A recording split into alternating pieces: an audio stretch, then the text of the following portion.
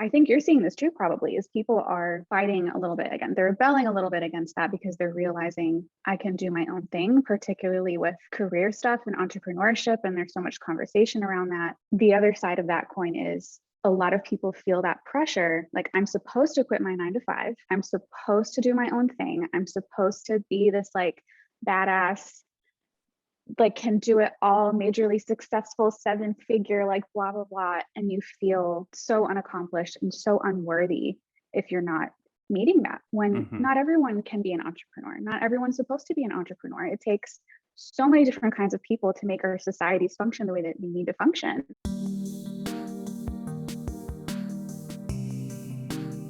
Welcome back to the Career Therapy Podcast, where we explore the hidden side of modern work, help you turn procrastination into job search motivation, and teach you how to stress less, earn more, and change careers with confidence.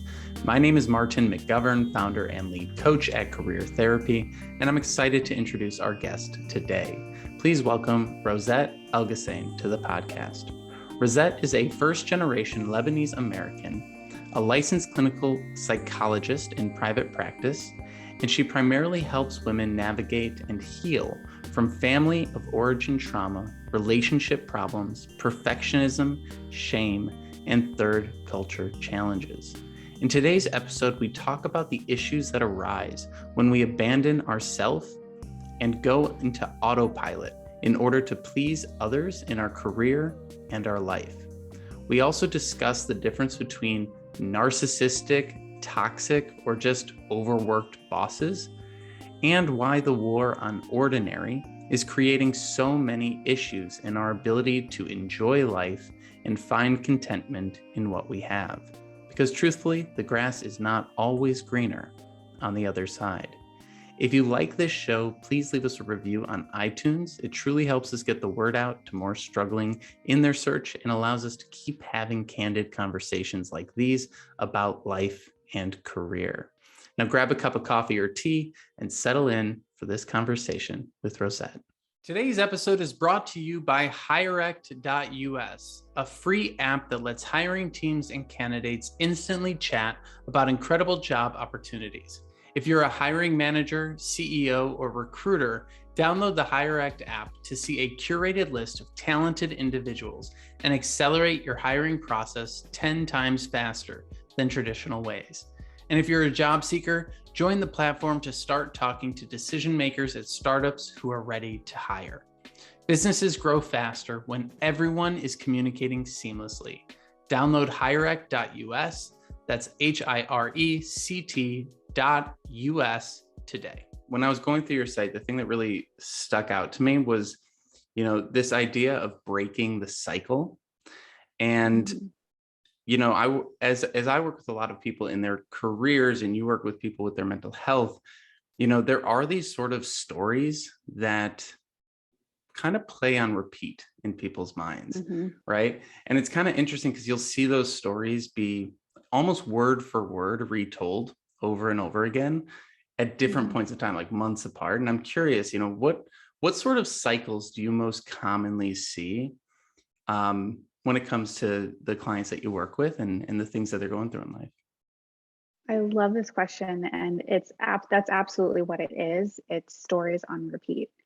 And most of the time, people don't know that there's a story there. They don't know that there's something like a program almost running in the background that is either contributing to something that's happening in their life that they're not too happy with, or that's perpetuating it. So something that was outside of their control, but now this narrative and this story and these beliefs are the things that are keeping them stuck in that place. A lot of the themes I see often come from childhood stuff, and I don't think that's really going to surprise anybody, but these core beliefs that we develop based on our relationships and our first relationships, and whether we feel accepted, whether we feel like we have to please everybody else, abandon ourselves.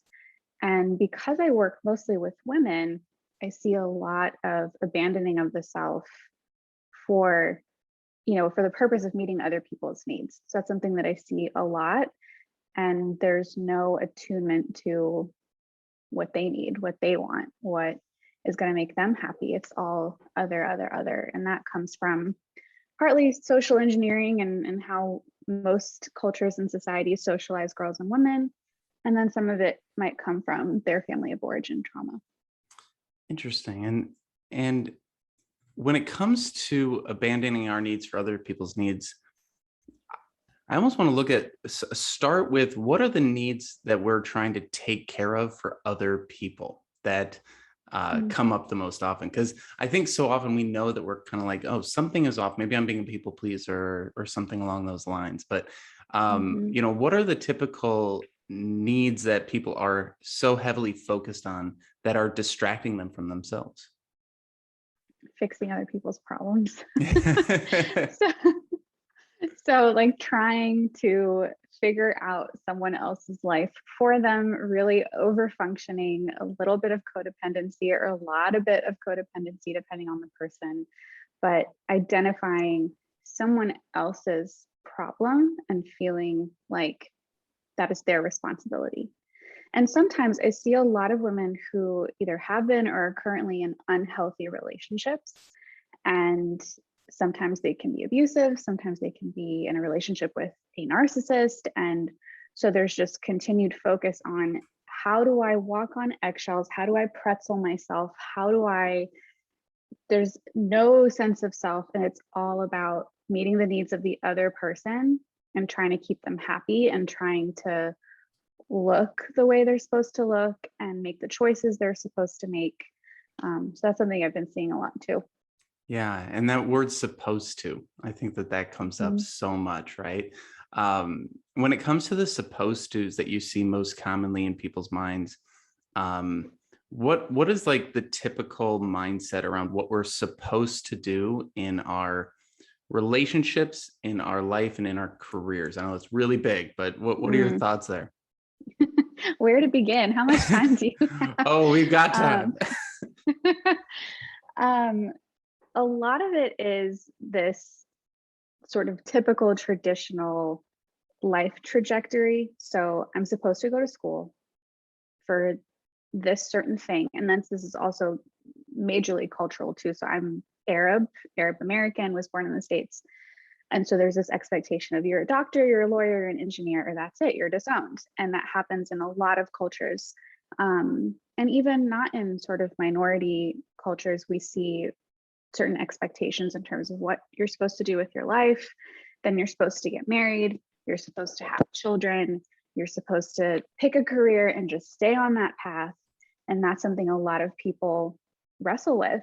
What I think you're seeing this too, probably, is people are fighting a little bit again. They're rebelling a little bit against that because they're realizing I can do my own thing, particularly with career stuff and entrepreneurship. And there's so much conversation around that. The other side of that coin is a lot of people feel that pressure. Like, I'm supposed to quit my 9 to 5. I'm supposed to do my own thing. I'm supposed to be this like badass, like can do it all, majorly successful, 7-figure, like blah, blah, blah. And you feel so unaccomplished and so unworthy if you're not meeting that, when not everyone can be an entrepreneur. Not everyone's supposed to be an entrepreneur. It takes so many different kinds of people to make our societies function the way that we need to function. And that's another case where you're abandoning yourself, whichever path you feel like you're pressured to go down. Yeah, I think that's so important to hear too, especially because of the massive rise in popularity for entrepreneurship over the last decade, right? Like, there is this sort of view that like my only options are to be an entirely 100% traditional person or an entirely independent millionaire. Right? Like those are like the only two ways. Like if I'm not Elon Musk, I have failed. Right. And you see it in the way that people talk too. They're like, well, they say we can't all be Elon Musk, as though anyone can be Elon Musk. Like Elon Musk is the richest person on the planet right now, I think. I think so. I think he's going to be the first trillionaire ever. Right. He's also, I'm pretty sure he said he has autism.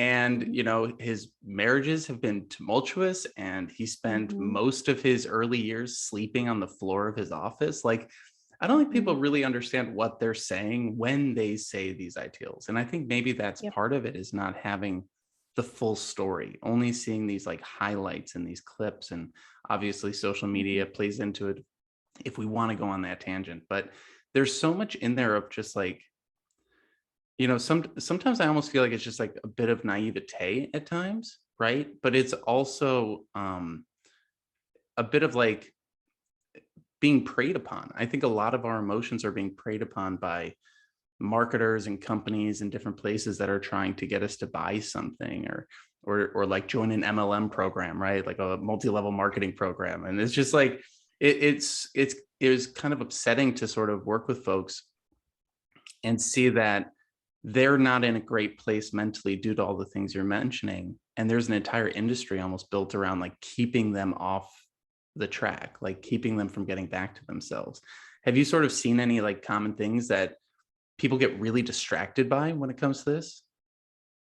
Oh yeah. Oh, definitely. And I also see what you're saying where it's almost as if, and I don't want to assign any intention to corporations or people or businesses where that I don't know personally, but it seems as though they're preying on that vulnerability of people. And there's a lot of I already forgot what you were asking. Was it about fixation on something? Like what are Yeah, people like getting fixating on? distracted, kind of that. Mm. I do want to get back to like the walking on eggshells and pieces like that, but there's also this sort of, one of the reasons we get so far away from ourselves is that there's an endless stream of things to distract us, right? Oh And yeah. and I'm curious, like, how do you help people stop that cycle of like, I don't know, almost being like ADD in the way that they look at their life? Yeah. It's hard to keep up. We have come to a point where many people have already probably stopped listening to this podcast. Many, many Yeah. people don't have the patience to watch a video on Instagram that's longer than 26 seconds.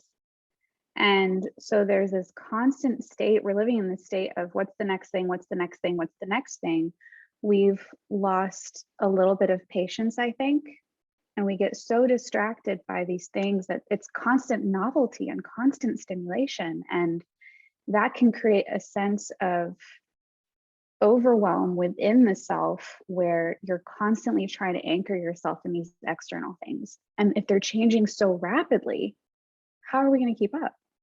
How am I going to know what's going to fulfill me? How am I going to know what's going to steady me? How am I going to know what is truly the thing or the things that are meant for me if I'm constantly being distracted and fed this information? I think it's going to be so interesting when we look at the next generation and the generation after that, and things like brain scans and how different those are going to look. Because I'm assuming you and I kind of grew up around the same time. We did not grow up with technology in front of us all the Hmm. time. And this isn't to, you know, burn social media or anything like that. It's so powerful and so wonderful in a lot of ways. But I think that's one of the biggest things that we see where people are just being fed so much information, so many opinions, so many different perspectives. And we're not meant to process, we cannot process that much information. So it becomes this just distraction where we're living in this space of constant overwhelm and we forget to look within. Yeah. And so that's what I'm seeing a lot is I'm having to help people even just doing things like value sort activities in session. Like, what are your values? And people struggle to even start those sometimes. Hmm. Yeah, and like the cliche in the coaching world, right, is if you start talking to someone, you're like, well, what do you picture your life to be like? And they go, I want to be Oprah. And it's like, okay, Yeah. that's trying to live someone else's life, or I want to be Elon Musk, right? And so, when we do, and I've been listening to some different therapists talk about this recently too, in which there are sort of, in the video that I was watching, he was talking about like there's these two sort of mindsets around therapy. Even there's maybe the older school mindset of like, this is a slow process that unveils things over time. And then there's kind of this newer mindset. Maybe it's new, maybe it's not. I'll let you get into it. But of like really hyper task oriented and like goal oriented kind of therapy. And I know in the coaching world, it's all very goal focused, right? Like it's like get a job and that they're stressed out every day about getting that job. But have you seen any changes in the way that therapy has kind of been going in people taking their time or wanting to rush or having patience and things like that? Oh, 100%, 100%. This is such a good topic and such a good question. Um, think about, I don't know if I should name anything, but these apps or these websites where they're marketing have 24/7 access to your therapist. You pay this flat monthly fee and you can text anytime, you can call anytime, you can schedule a session anytime. And yes, it's important that people have access to mental health resources. And I think the intention behind those things was to fill a very sad gap, a very painful gap in the market. At the same time, though, it's creating this culture where we want instant relief. We want, again, that external fix and that external something to just take away that pain. And we're no longer learning how to tolerate discomfort, tolerate ambiguity. And those things are hallmarks of resilience, which are super critical, especially given what the entire world has been going through the last couple of years. If we don't, oh, go ahead. Oh, no, keep going. If we don't learn how to, I mean, therapy is a tool. So my job, the way I see it, and I have several long-term clients because they enjoy that introspection process and they enjoy, constantly learning about themselves and constantly uncovering things, and that is beneficial for them. But these programs, it's like we have to learn how to be our own resource. So it's my job in general to teach people how to fish and how to, again, anchor themselves in things that are beneficial for them, learn enough about themselves to know what's going to work for them. And some people come in with like, in the first session, they have this question of, okay, so are you going to fix this? I'm like, well, if I had that kind of power, I don't know that I would be a therapist. Like, I don't want to know what the world would look like if we had that kind of power. We could just take things away. I actually worked at a university setting for several years, and this particular student population was they had generally grown up with resources, therapy since they were 4 or 5, psychiatrists since they were very young. Some even had coaches starting from when they were teenagers. I mean, they were in a pressure cooker of a society and was all very achievement oriented. So they had all of these resources. They generally came from wealthy families that were able to provide them with those things. And then they come to university and they're expected to tolerate feeling overwhelmed. They're expected to know how to navigate being a young adult, balance schedules, balance that with their social lives, all the while navigating these expectations and this pressure. And what we would see is we had walk-in services. So people could, of course, come in for their regular appointments, but we had someone on call during the day in case there was something urgent, like someone was just assaulted or someone's having a panic attack or suicidal ideation or any of these things. Like, of course, please come in. We would see people come in, sit down and fill out paperwork and insist on seeing someone right away for things that we would anticipate a young adult could tolerate, like someone not texting them back, not getting the grade they wanted on an exam. So these are, of course, instances where I would say, hey, Martin, like, I just had a really bad day. I would reach out to a friend. I would, if I got dumped, I would eat Ben and Jerry's and cry with my girlfriends. But we were seeing people come in for mental health services because they did not know how to tolerate painful emotions and they wanted someone to take that away immediately. That was a little disheartening, I'm not gonna lie. Yeah. And I can see that in the coaching world as well. Because I give my clients access to Slack, and it's kind of interesting how like, I sort of in my mind, I'm like, oh, Slack is like, I'll get back to you within 24 hours, right? But people will be like, Hmm. I have an interview in 20 minutes. And I'm like, I'm probably on a call. Like, I can't help you Yeah. right this second. Yeah. And it is interesting how like it does take away that personal agency, right? And it almost feels like sometimes I have way more trust in the person than they have in themselves, right? Yes. Oh, yeah. And it kind of reminds me of this idea of like, when you're saying people come in over like a text or people come in over these things, it plays into another podcast that I did about loneliness in the workplace, where we are sort of in a place where, the cliche is everyone's connected socially, but no one's actually connected personally, right? And um, it in the age of like COVID and pandemic and like, being inside and everything, I've even seen with my friends, like the ability to just sort of schedule something for like, or like to say, hey, what are you doing on Friday? Let's go out or something like that. Like everything has become hyper scheduled as well. It's like, Mm. what are you doing in 3 months? Like that's kind of where friendships are at this point. And it actually, even in the world that I'm in, it's like it takes a lot of effort to sort of even plan phone calls with people and things like that.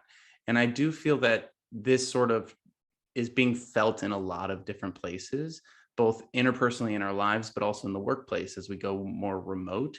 We don't have the ability to just like pop by our boss's desk. We don't have the ability to like have like, I remember when I first started working remote, if I just wanted to be like, hey, how's it going? And like talk to a coworker, I'd have to set up a meeting about something. Like it'd be like weird.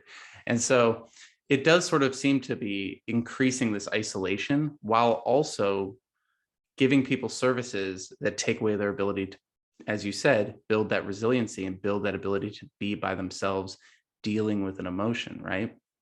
And Yeah. so we're kind of becoming weaker on both ends in a way.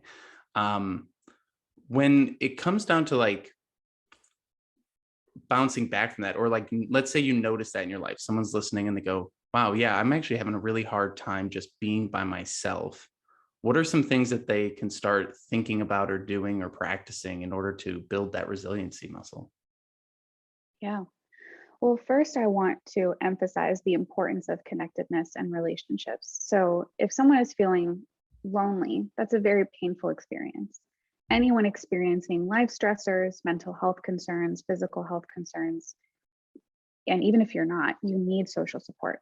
That's the only reason we've been able to make it this long as human beings. And it's the only reason we will continue to make it through difficult times. And there's absolutely nothing wrong. Obviously, I think you and I can both agree, never anything wrong with reaching out for support. And this isn't to minimize, that a text, not receiving a text is going to be difficult for somebody, because that's where they are, and that in their life is the crisis. All of that being said, it is important to build that resiliency muscle, because sometimes we can start to misinterpret things. So if I reach out to a friend and they happen to be in a very busy season in their life, and I misread that and I think, oh, they don't care about me, how's that going to affect me? So part of resiliency is going to be about giving yourself grace, giving other people grace, and understanding that there is a wide toolbox and toolkit of things that you can do for yourself. So trying to expand that social network that you have, really deepening the relationships you already do have in a way that feels good to you. What are things that bring you joy? So I think we live right now in this state of just autopilot and go, go, go, go, go. And you ask people, what do you do for fun? And they're like, oh God, I don't know. Another thing we see a lot is coping skills have become about avoidance, and they're very passive, and they're about shutting down and tuning out because of how go, go, go we've become. But a way to build that resilience is to engage in more active coping mechanisms. So what's something where you're going to see a result, whether it's painting or just sketching something on a piece of paper, or gardening? And not me, gardening, that's something I will not succeed in no matter how hard I try. where you see something happen, or cooking, right? So you start off with just this random assortment and mishmash of stuff, and then you get this beautiful meal, and that feels really rewarding. Um, Going on walks, exercising. That's so important for mental health. And granted, if you don't have any physical conditions or you're recovering from an eating disorder or anything like that, physical activity is one of the first things I'm going to recommend to somebody. It's going to have all those wonderful effects on the brain that we talk about. It's going to maybe even expand your social circle if you join a running group or start going to a Pilates studio. So those things are going to help. Those are some of the first things that come to mind. Also, working on perspective, and not in that what the kids call these days like toxic positivity, where just look on the bright side and the silver lining, but how can I examine the narrative that I have assigned to my life situation and understand where that's coming from. And that can be done through therapy, of course, and self-introspection, or with close, helpful friendships, and understand that story and help myself rewire it, because that is going to help me build that sense of agency. And of course, practicing gratitude, major, major big one. So even if it's just sitting down in the morning or in the evening and writing down 2 or 3 things you're grateful for, that is going to transform so much, because you're coming from a place of abundance and you're seeing what you do have in your life and the things that maybe you can nurture a little bit more. Yeah, it really is that it's that wiring we have, right? And it's an active process to rewire. So, people, I think sometimes people hear like meditation and gratitude journals and all these different things, and they think like, how's that going to help? From what you're saying here, the thing is that it's literally stopping ourselves and stopping that cycle of thoughts and trying to do something different. Even if you can only come up with one thing, it's like you're at least making the effort. And I think sometimes we get so focused on the outcomes, we forget that it's actually the process of doing it that is rewiring us, not like, oh, I did a gratitude journal for 3 weeks and I didn't see any changes in my friendships. And it's like, it's not quite how it works, And I'm glad you throw out the idea of toxic positivity. That's definitely something we've talked about on here, especially in the coaching world. I feel at least like the therapy world is a little bit more grounded in a way, where if you go on LinkedIn, it's like, it's toxic positivity born to the nth degree. And it's like, you're not getting paid what you're getting paid. Quit that job. It's like, you're not getting what you want in your life. Leave that thing. And I think that there's this sort of like, I think the core idea is good of like, take care of yourself, right? That's what we're talking about here. Advocate for yourself, know what you need, know what you want. But it almost gets ratcheted, can't say words, up to 11, where it's like, if anything is wrong, leave. If anything is wrong, quit. If anything is wrong, dump the whole, throw out the baby with the bathwater. And I think that narrative is being thrown around in relationships. It's being thrown around in work situations. And when we try to have a nuanced conversation about it, it tends to get like conflated up to the worst possible situations, right? So if you're unhappy at work, it's probably because your boss is toxic and you need to quit, versus there might be a little bit of toxicity, and there also might be a little bit of like self-advocacy that's not happening. And maybe you can work on your side and make the place a little bit better. And that's a more nuanced approach, but it's hard for people to kind of latch onto. And I think it plays back into what you said before about that walking on eggshells piece. And when you said people being in relationships with narcissists, I think that that's fascinating from a relationship standpoint. And I would want to do like a whole podcast on that. But in the workplace, I think that this also comes up quite a bit with narcissistic managers and bosses, and always feeling like you're on eggshells at work. And then that kind of erodes our ability to advocate for ourselves. So when you say narcissist, let's just kind of start with like, how do we know the difference between, let's just say, a mediocre boss and a toxic boss, or a narcissist and someone who's just not paying attention to you? Right. And the word toxic is just like the word of the day, right? Yeah, it's almost a toxic word.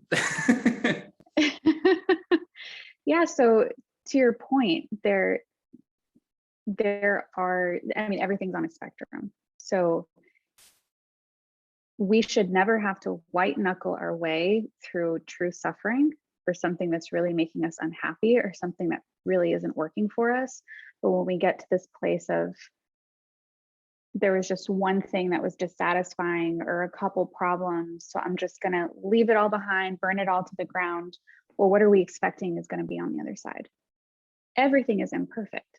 That's the nature of the beast. But when it comes to something like a true toxic boss or toxic work environment or a narcissistic partner, do you want to start with narcissism or toxic bosses, or kind of like all in the same? Let's start with narcissism, because I think it's just a word people aren't as familiar with, and then we can get into the Yeah. toxic bosses.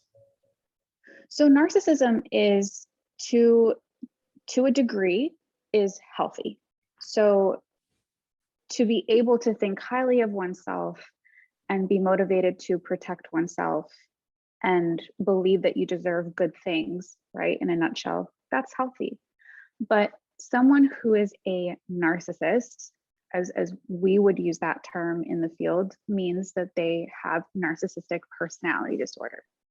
So, and that's again, for the most part, a personality disorder isn't, well, when I'm cranky, I can be a real piece of work.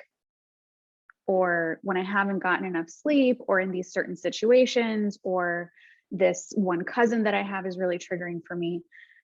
For it to be, you are a narcissist with this quote personality disorder, which whole other conversation about diagnoses and disorders, it needs to be a pervasive pattern of behavior that is seen across all life areas or several major life areas, not just in certain situations. And it's creating negative consequences, whether it's at your job or in your relationship or in your family or whatever it might be.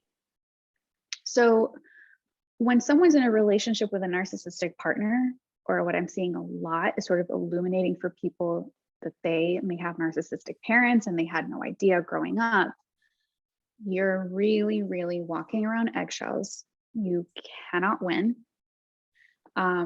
They tend to be, and I use this term, take it with a grain of salt, more difficult personalities. It's very challenging. They engage in gaslighting, which is another term that's being thrown around very casually, but it's really just this pattern of, I'm going to make you feel like you're the problematic one, or the pain that you're experiencing, I don't know where that's coming from. I'm going to do something to provoke this emotional reaction in you.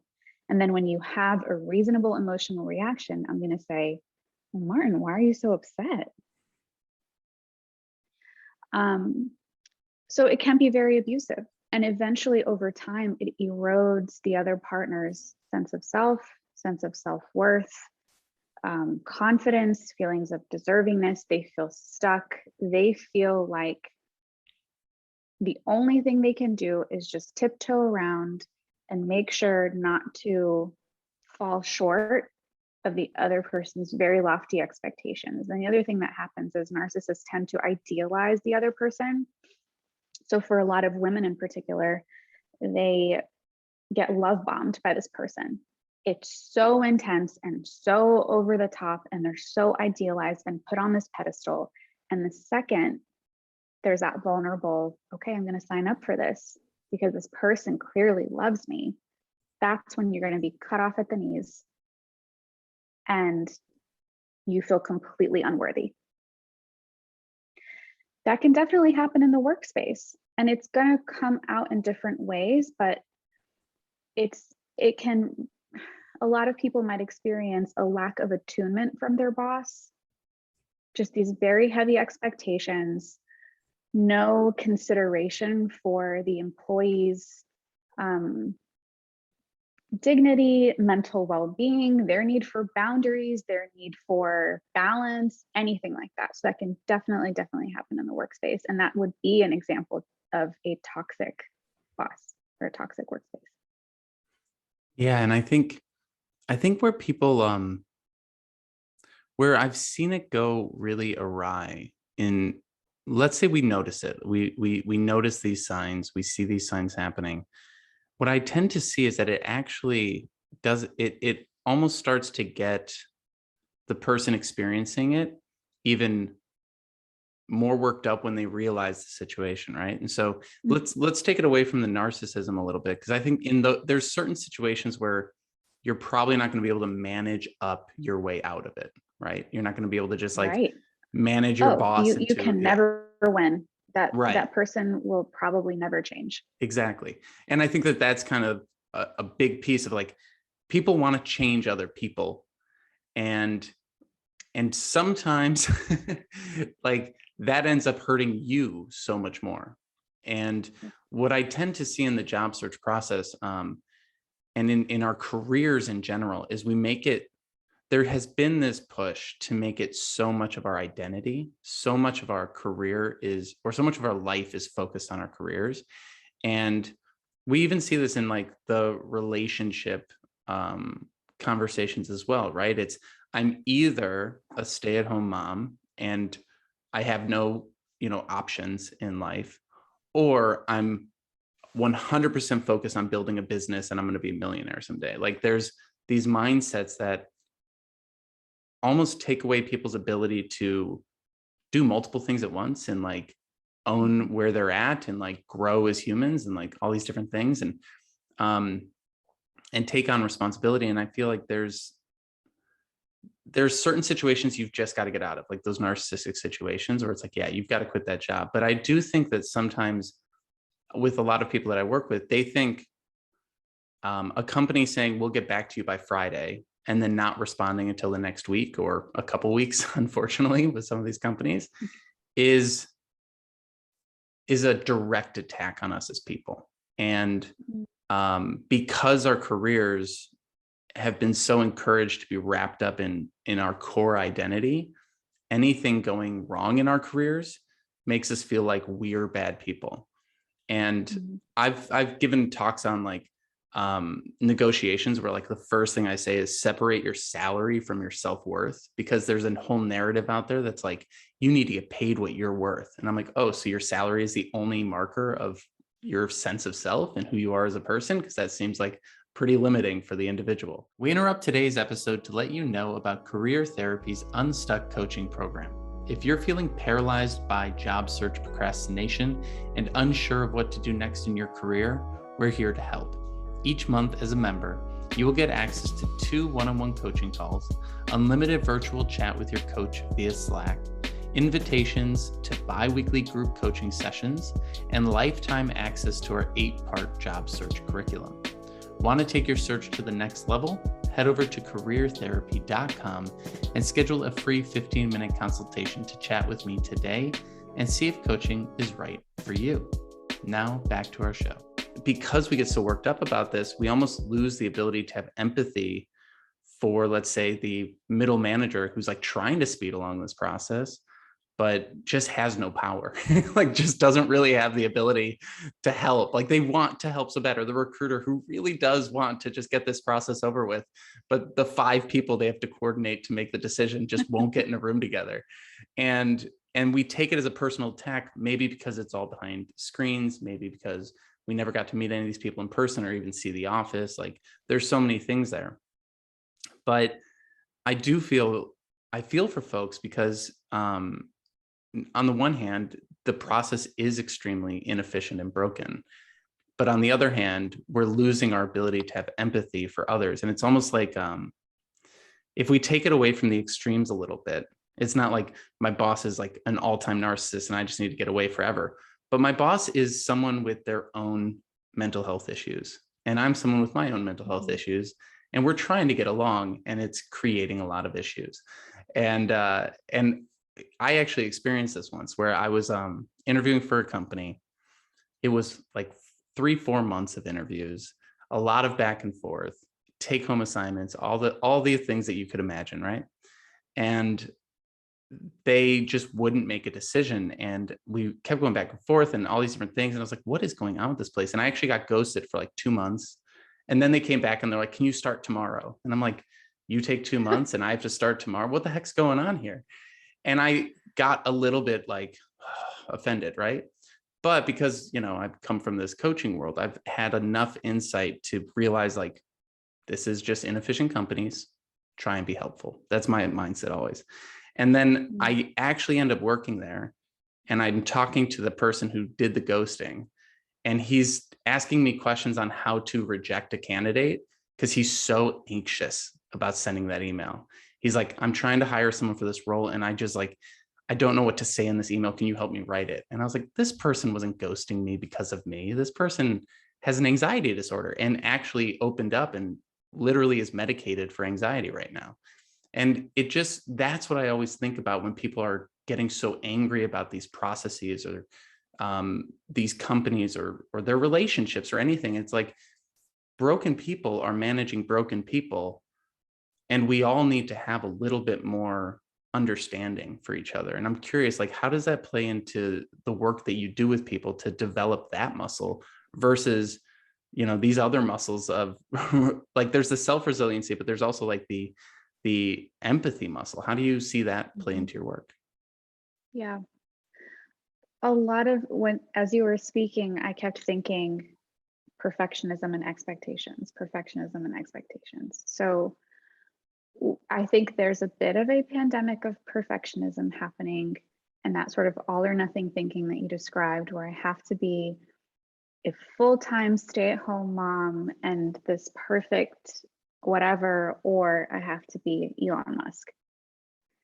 Anything in between is not attainable.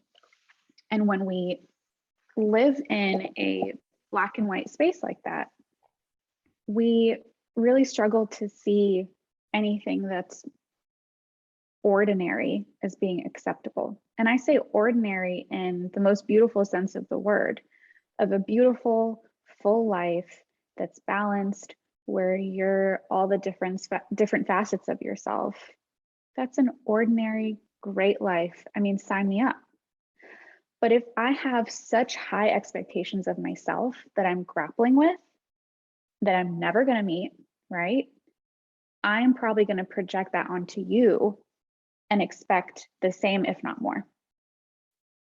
And anything in between, I can't tolerate. So I need to hear back from you exactly when you told me you would, or that's a problem. And if you're not there, so if you've ghosted me, you're some recruiter and you've ghosted me, whatever narrative I create, you're not there to answer my questions. You're not there to help me construct this benign, like plausible narrative. So I'm going to project this entire story. And how is that not going to affect how I perceive you, how I feel about myself, what I believe about my ability to get a job or find a partner or whatever? It's because we're living in this black and white world. So that's the first place I would start with people is, what are your expectations of yourself? And then how is that translating into what you're expecting from other people? And let's develop some serious self-compassion, not self-esteem, but self-compassion, because there are times in our lives where we cannot think anything positively about ourselves or say, I like this thing about myself. And that's where self-compassion comes in. That can always be there, because I can always, no matter how I feel about myself, be compassionate, be more kind, take it a little bit easier, expect, like, okay, if all I can do today is just walk from the bed to the couch, that's cool. And then that's going to help me understand, well, Martin or this recruiter or this other person, like, they're just people too, trying to do their best. We pretty much all want the same things in life. We want to be happy. We want to be healthy. We want to have good relationships. We want to feel some sense of purpose, some sense of fulfillment, and anything extra, amazing, whether we want adventure or companionship or I don't know.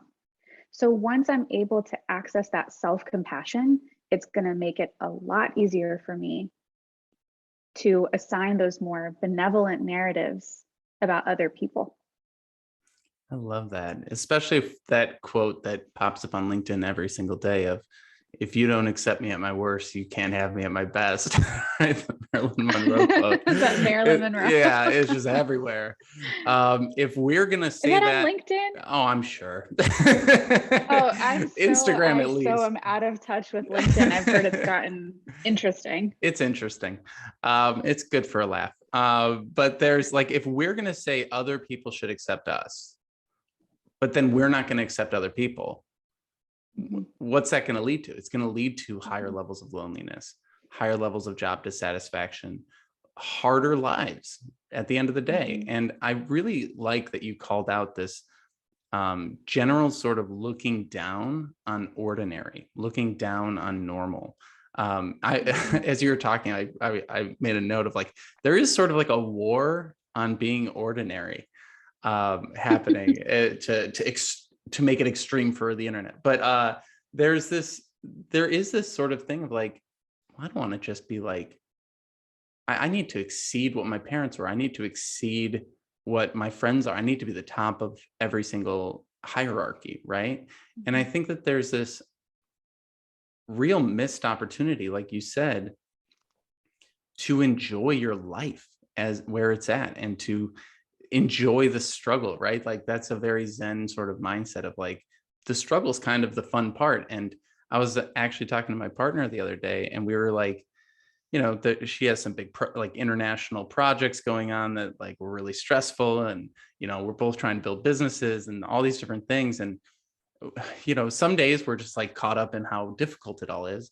But we were making dinner and we're like, I have a feeling we're going to look back and be like, these were the fun days. Like these were the really good times, you know, like, you know, if you have everything, let's say you had an unlimited budget to build your business or to do whatever your thing is, where's the motivation in a way? Like if you just are, if I could just sit there and go, well, I could watch more TV or I could work on my business. It doesn't really matter. I'm good either way. It can decrease motivation, but then you have to find other sources of motivation if you're in that situation. And I do think that this sort of plays into the idea of like, where is your motivation coming from, right? I tend to find most people's motivations come, maybe not most people, but most people that I work with, right, come from fear and like not having something. Obviously they're trying to find a job. What do you sort of see as like the typical motivators for people? Maybe it's anxiety, maybe it's stress or something along those lines. And what are the ones that maybe are a little bit more on the unhealthy coping side? And what are ones that we could start to develop? Because I think there's not much of a conversation around how to motivate yourself in positive ways. Usually it's like, you're not a millionaire yet, get to work. Or you're not in a perfect relationship with the hottest person on the planet, get to work. And it's like, okay, wait a second, there's got to be other sources of motivation out there. What have you sort of seen people find in their journey? Yeah, I mean, so for a lot of people, achievement is a motivator, whether that's because they grew up in a home where there weren't resources or they really struggled, or they're children of immigrants and they watch their parents struggle. And so achievement to them means a lot more than just the hustle and the grind and all this stuff. It means that's how they would find purpose, and in this sort of existential sense of the word, this purpose and this meaning that they can create with their lives, and that would benefit the people in their community or their family. So that can be a healthy motivator for some people. I think where it can, any motivator we talk about where it topples over into a more unhealthy space is when you have to ask yourself the question of at what cost. So am I completely ignoring relationships? So maybe some people, for them, companionship is not important. That is so rare. I will probably never encounter that person in my career, for someone to just not care about having relationships of any kind. But it's out there. But anything where you're completely sacrificing or ignoring other aspects of your life or yourself or your well-being, your health, that's where I would kind of start to ask some questions and help someone explore that a little bit more. Some of the motivators that I see, honestly, shame. And that is an essential emotion to society. At least it started out that way. So if I do something shameful and I hurt you, it is beneficial for our relationship and for our society, our village, our whatever, for me to feel that and for me to feel this need to make repair. So shame is a really powerful motivator in keeping us all interconnected and keeping things working and keeping things going. What happens a lot now, because of perfectionism, because of these expectations, because of these things that we see that we think we need to attain, we are constantly internalizing unwarranted shame, or we've experienced trauma and we've internalized unwarranted shame because the systems have failed us or other people blamed us or whatever. And that as a motivator is where I see a lot of pain happening. So it becomes, I so badly want to avoid hurting someone else. It becomes, I don't have boundaries. It becomes, I'm people pleasing. Maybe I'm even codependent. And that is the thing that like motivates me.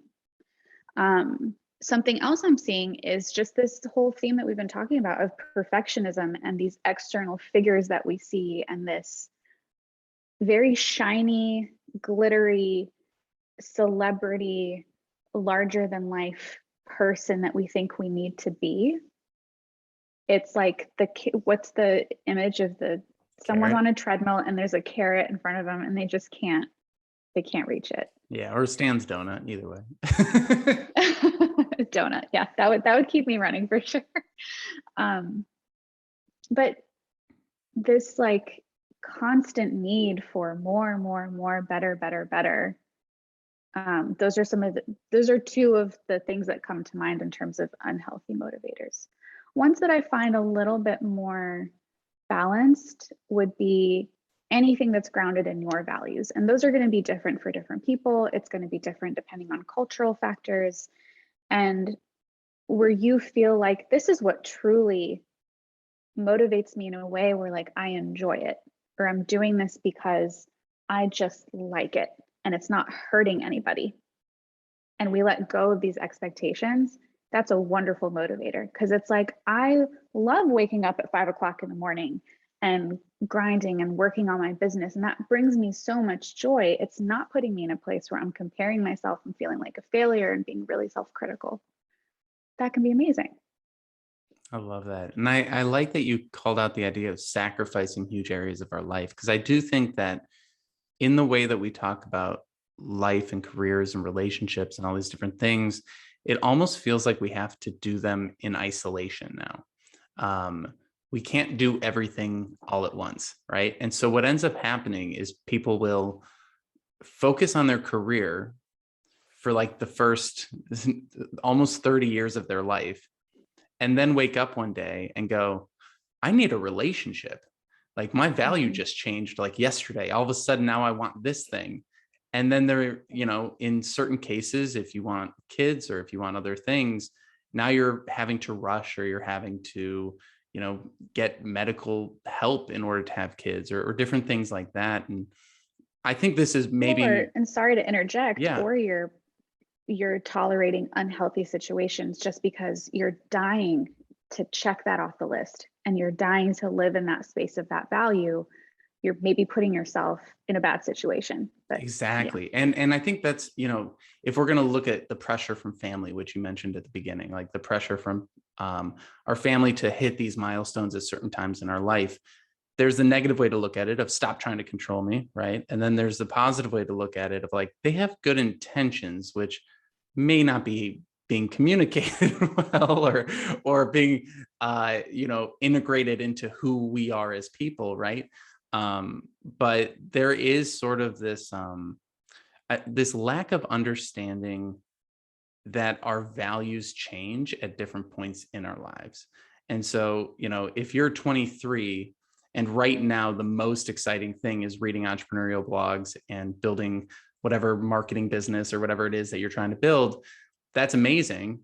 have fun with it, but don't sacrifice the other parts of your life. Don't do it at the expense of also learning how to foster a relationship with your friends or foster. I remember early on in my when I was trying to build my first business with my buddy, we hit a point where we're like, oh shoot, I think we're going to end up being our only friends because we only talk to each other. We like have foregone all of our other friend groups because we wanted to be in this entrepreneurial circle. And we had to like basically say, we're going to stop working and go like reconnect with the world for a second. And I think that that can happen with relationships. It can happen with friendships, family dynamics, and things like that. And I'm curious for you, you know, maybe some of the pushback will be like, well, how do I do it all at once? Like, we can't have it all. We can't do everything, right? What are your thoughts on like how to pursue multiple big life goals in tandem with each other rather than like, for the first 30 years of my life, I'm going to do this and then I'm going to panic and try and do this. Yeah, it's all so existential, isn't it? Mm-hmm. But I'm going to go back to that perfectionism again and that all or nothing thinking. So how to do multiple things at once is to let go of this idea that we have to be the Elon Musk in our career and then the Esther Perel in our relationship and these just demigods in society, when it's like, how can I be my best version of that? Knowing that best means imperfect and accepting that. So do I think we can do everything at once? No, not in the way that most people would want to, especially not on our own. I think it takes support, it takes systems, it takes hiring a babysitter and working part-time and carving out time for yourself and booking trips in advance and just a whole mishmash of things. And I think it's important to think about, and it's hard when you're in your 20s, your 30s to think about, okay, when I'm 85, inshallah, knock on wood, right? I'm going to look back on my life. It's hard to even imagine that we'll get there and we don't want to think about it. But what I hear so much from older clients is they wish they had a little bit more balance, or they wish they were able to focus on certain things, or depending on their life, because they were so busy just trying to make it. And there's nothing wrong with trying to make it, but how can we have a balanced, sustainable approach? So if we focus on one thing for 5-10 years and we neglect our relationships, that's not sustainable. Like you're actually not going to be well. And to think that you're doing okay, I think is a self-protective mechanism that we're going to put up because we're so convinced this is the thing that we need to be doing. But our values are going to change. You can have more than one thing that you value at the same time. So talking about that value sort activity with people, I don't ask them pick the one thing that you value. We start with a list of hundreds and we distill it to maybe 8 that are important to them. Let's revisit it in a year. Let's revisit it again. You can do this on your own anytime. Google it. Google like list of values and sort through it. Discard what you don't value, then discard the things that you think you should value or things that come from family, cultural, societal expectations. Get rid of those as well. And then think about what's really important to you right now. And it's probably going to be more than one thing. And that's what you want. To focus on one singular thing, that's not what we're here to do. Mm-hmm. That's not what we're here to do. And I would argue, I actually hesitate to bring this up, but it's like when we tell people, well, you should exercise and take breaks because that's going to make you more productive. Not everything needs to be tied to those markers of success and productivity, but it's going to make you a more well-rounded person. It's going to make you feel more joyful. It's going to make the people around you want to be around you, and that can only be beneficial. I'm actually really happy you brought that up because that is a key thing. It's like doing the right thing for almost the wrong reasons will lead to more burnout. And I've definitely been seeing that in my own life where, you know, people say you got to you watch enough entrepreneurial stuff, you're going to do some weird experiments. And I remember during the pandemic when, eating too much chocolate and things like that for too many days caught up with me. And I was like, all right, I'm going to go watch some like Tim Ferriss videos and get motivated. Big mistake. Ended up doing the carnivore diet for like a month. Yeah, sure. You kind of drop in weight because you're eating crazy.